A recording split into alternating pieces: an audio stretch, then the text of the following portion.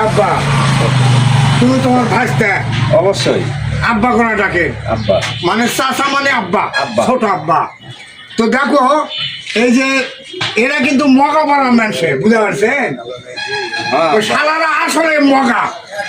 মগা পুরা গায়ে মগা। আমি কালকে বারবার কোনো যে আম পারে ক্যারটত খাওয়া লাগবে ওই ক্যারটত না থাকা বস্তাত তোষে জানি আব্বা। মগা বাড়া সব শালারা ধারে সারা দৌড়াবে সারা পাতা ধরবো সারা কক ধারে বেশ অবশ্যই ধারা ধারা এই মুখ সামনে কথা বল করে ও কোয়া হবে না না